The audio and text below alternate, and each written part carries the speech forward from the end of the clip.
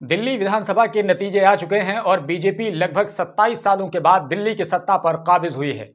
इस चुनाव में अरविंद केजरीवाल की पार्टी को जबरदस्त धचका लगा है। कुल 70 सीटों में से 48 सीटों पर बीजेपी ने जीत दर्ज की है। वहीं आम आदमी पार्टी के खाते में केवल 22 सीटें आई हैं। और जहां तक कांग्रेस और दूसरी पार्टियों की बात है तो किसी और का खाता भी नहीं खुल सका है। सबसे ज्यादा इस चुनाव में चौंकाने वाली बात यह रही कि अरविंद केजरीवाल और मनीष सिसोदिया जैसे दिग्गज अपनी सीट नहीं बचा पाए। अरविंद केजरीवाल को बीजेपी के उम्मीदवार प्रवेश वर्मा, जो दिल्ली के मुख्यमंत्री रह चुके साहेब सिंह वर्मा के बेटे हैं, उन्होंने केजरीवाल को 4089 वोटों से हरा दिया। प्रवेश वर्मा को 30,088 वोट मिले और अरविंद केजरीवाल को 25,999 वोट मिले। वहीं कांग्रेस के उम्मीदवार और शीला दीक्षित के बेटे संदीप दीक्षित तीसरे स्थान पर रहे और उन्हें केवल 4568 वोट ही मिल सके। उसके अलावा मनीष सिसोदिया की बात करें तो मनीष सिसोदिया इस बार अपनी पुरानी सीट पटपटगंज को छोड़कर जंगपुरा से वो चुनाव लड़ रहे थे और वहीं पर बीजेपी के उम्मीदवार त्रिवेंद्र सिंह से वो केवल 675 वोटों से चुनाव हार गए।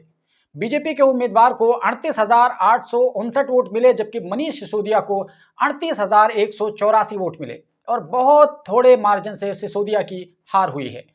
वहीं मनीष सिसोदिया की पुरानी सीट पटपटगंज की बात करें तो यहां से आम आदमी पार्टी ने अवध ओझा को उम्मीदवार बनाया था, लेकिन वो रवि नेगी से 28,072 वोटों के भारी अंतर से चुनाव हार गए।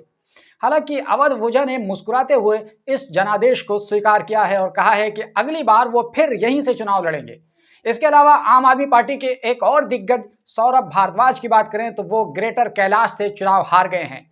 उनको बीजेपी के महिला उम्मीदवार शिखा राय ने 3,188 वोटों के मामूली अंतर से हरा दिया है। इस तरह शकूर बस्ती से सत्येंद्र जैन को भी हार का सामना करना पड़ा। यानी ये जो अरविंद केजरीवाल की पार्टी के दिग्गज थे वो अपनी सीट तक नहीं बचा सके। सत्येंद्र जैन को बीजेपी के उम्मीदवार करनेल सिंह ने 20,998 वोटों से हरा दिया है। तो ये थे आम आदमी पार्टी के वो दिग्गज जो बड़ा चेहरा होने के बावजूद अपनी सीट नहीं बचा पाए।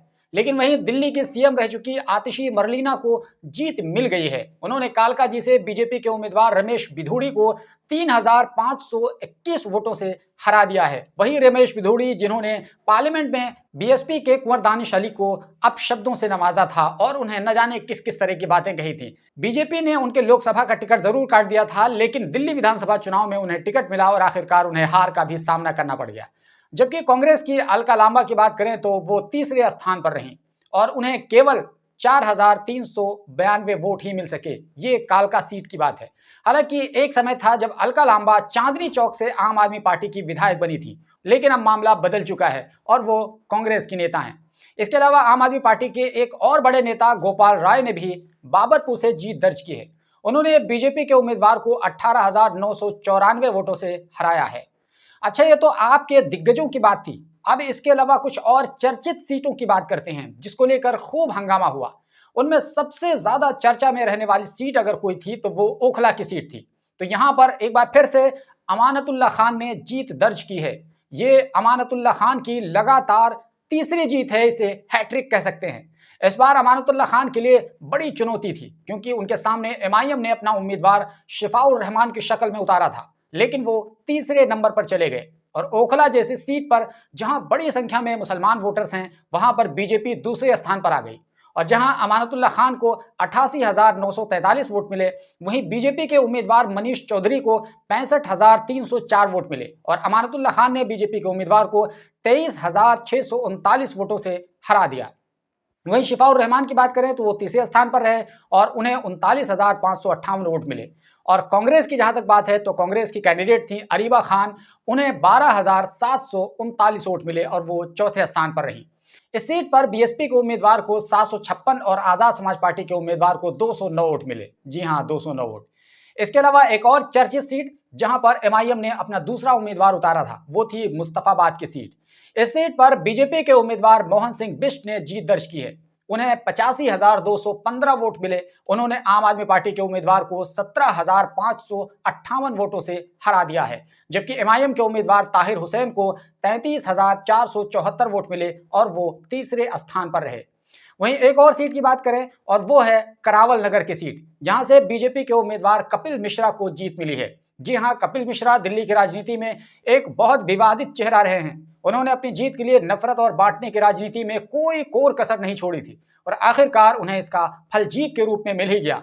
वो इससे पहले आम आदमी पार्टी के विधायक रह चुके हैं, लेकिन उन्हें आम आदमी पार्टी ने अपनी पार्टी से निकाल दिया था। उसके बाद वो बीजेपी ज्वाइन किए और उन्होंने आखिरकार बीजेपी के तौर तरीकों को सीखा, इख्तियार किया और नफरत और हिंसा जैसी बातें करने लगे थे। आखिरकार कपिल मिश्रा ने 1,07,000 से भी अधिक वोट पाकर आम आदमी पार्टी के उम्मीदवार मनोज त्यागी को 23,355 वोटों से हरा दिया है। और अब ऐसी उम्मीद की जा रही है कि कपिल मिश्रा को कुछ न कुछ मंत्रालय जरूर मिलेगा। वहीं साहेब सिंह वर्मा के बेटे प्रवेश वर्मा की नई दिल्ली वाली सीट भी खूब चर्चाओं में थी, क्योंकि उन्होंने केजरीवाल को हराया है। तो इस सीट पर भी सबकी निगाहें लगी हुई थी। आखिरकार अरविंद केजरीवाल बहुत मामूली फर्क से हारे, लेकिन चुनाव हार गए। और अब प्रवेश वर्मा से मीडिया के लोग सवाल करते हैं कि क्या हम अगले चीफ मिनिस्टर से बात कर रहे हैं, तो इस सवाल के जवाब में वो डर के मारे खामोश हो जाते हैं। जाहिर है, क्योंकि उन्हें पता है कि अगर वो आज बीजेपी में रहकर सीएम पद की इच्छा जता देंगे तो उनका नाम अगर लिस्ट में होगा भी तो कट जाएगा। इसलिए वो पूरी तरीके से सरेंडर कर चुके हैं और वो कहते हैं कि सीएम पद की बात तो बहुत दूर की बात है, मैं खुद अपनी सीट के बारे में नहीं तय कर सकता हूं। और आपकी जानकारी के लिए यह भी बता दें कि यही प्रवेश वर्मा थे जिन्होंने मुसलमानों के आर्थिक बहिष्कार की बात की थी। अगर ये दिल्ली के सीएम बन जाते हैं और कपिल मिश्रा के साथ इनकी जोड़ी होती है तो जाहिर है मुसलमानों के साथ इनका रवैया कैसा होगा, ये भी किसी से छुपा हुआ नहीं है। बहरहाल अब आइए देखते हैं कि कितने मुस्लिम उम्मीदवार इस बार चुनाव में कामयाब हुए हैं। तो इस बार कुल 4 मुस्लिम उम्मीदवार कामयाब हुए हैं। उनमें एक नाम जो सबसे ज्यादा चर्चाओं में रहा है वो ओखला से अमानतुल्लाह खान का है और दूसरा नाम बल्ली मारान सीट से इमरान हुसैन का है। उन्होंने बीजेपी के उम्मीदवार को 29,823 वोटों से हराया है और इस सीट पर कांग्रेस के हारून यूसुफ तीसरे स्थान पर रहे। और तीसरा नाम चौधरी जुबैर अहमद का है, जिन्होंने सीलमपुर सीट से जीत दर्ज की है और उन्होंने बीजेपी के उम्मीदवार अनिल कुमार शर्मा को 42,477 वोटों से हराया है और यहां पर भी कांग्रेस तीसरे स्थान पर रही है। इसके अलावा जो चौथी सीट है वो है मटिया महल की सीट, जहां से मोहम्मद इकबाल ने बीजेपी के उम्मीदवार दीप्ति इंदौरा को 42,724 वोटों से हरा दिया है। जी हाँ, ये जो चारों सीट थी ये मुस्लिम बहुल क्षेत्र की सीटें थी। हालांकि वैसे तो मुस्लिम बहुल क्षेत्र बहुत सारे हैं, उनमें से एक मुस्तफाबाद की सीट भी थी, लेकिन यहां पर बीजेपी ने बाजी मार ली, जहां पर ताहिर हुसैन को एमआईएम ने उम्मीदवार बनाया था और जितना वोट ताहिर हुसैन को मिला है उससे बहुत कम वोटों से बीजेपी को जीत मिली है और यहाँ कांग्रेस चौथे स्थान पर रही है। तो ये कुल 4 मुस्लिम उम्मीदवार थे जिन्होंने इस बार चुनाव जीता है और खास बात यह भी रही है कि ये चारों मुस्लिम उम्मीदवार ने आम आदमी पार्टी के चुनाव निशान झाड़ू पर जीत दर्ज की है। और यहाँ पर एक और खास बात यह है जो गौर करने के लायक है, वो है कि सभी 70 सीटों पर कांग्रेस पार्टी का प्रदर्शन यानी कमोबेश सभी सीटों पर कांग्रेस अगर एक दो को छोड़ दें तो तीसरे स्थान पर रही है और थोड़े थोड़े वोट लेकर अपने वजूद के लिए संघर्ष करती रही है। जी हाँ, बहुत सारे ऐसे चेहरे जैसे रागिनी नायक और इस तरह के कई सारे चेहरे जिन्होंने बहुत संघर्ष किए, लेकिन उन्हें 4-5 हज़ार से ज़्यादा वोट नहीं मिल सके। हालांकि एक वो भी दौर था जब दिल्ली में लगातार 15 सालों तक कांग्रेस की सरकार हुआ करती थी और शीला दीक्षित मुख्यमंत्री थी। उन्होंने बहुत सारे दिल्ली के लिए काम किए थे, लेकिन आज वही कांग्रेस अपने वजूद को बचाने के लिए दिल्ली में तरस रही है। वहीं अगर पार्टियों के वोट शेयर की बात करें तो इस चुनाव में बीजेपी को कुल 45.56% वोट मिले हैं और 48 सीटें जीतने में कामयाबी हासिल की है। वहीं आम आदमी पार्टी को 43.57% वोट मिले हैं और 22 सीटें मिली हैं। हालांकि इन दोनों के अगर बीच को केवल देखें तो केवल 2% वोट शेयर का अंतर है और सीटों में इतना लंबा गैप है, यानी 26 सीटों का गैप है। वहीं कांग्रेस पार्टी का वोट शेयर की बात करें तो 6.34% है और एक भी सीट कांग्रेस पार्टी को नहीं मिल सकी है और कांग्रेस के उम्मीदवार अपनी जमानत भी नहीं बचा सके। ये भी एक दिलचस्प बात है, क्योंकि जमानत राशि बचाने के लिए कम से कम किसी भी सीट पर 16% वोट हासिल करना जरूरी है और कांग्रेस के उम्मीदवार इस बार बहुत बुरी पोजीशन में रहे। वो अपनी जमानत बचाने में नाकाम रहे क्योंकि उन्हें 16% वोट नहीं मिल सके। वहीं एमआईएम की बात करें तो इन दोनों कैंडिडेट्स ने, चाहे वो ओखला की सीट पर हो चाहे मुस्तफाबाद की सीट पर हो, दोनों ने अच्छा खासा प्रदर्शन किया लेकिन सीट नहीं निकाल पाए। और इनके वोट शेयर की बात करें तो इन्हें 0.77% इनका वोट शेयर रहा, क्योंकि इन्होंने केवल 2 सीटों पर ही अपने उम्मीदवार उतारे थे, लेकिन प्रदर्शन इनका काफी अच्छा रहा।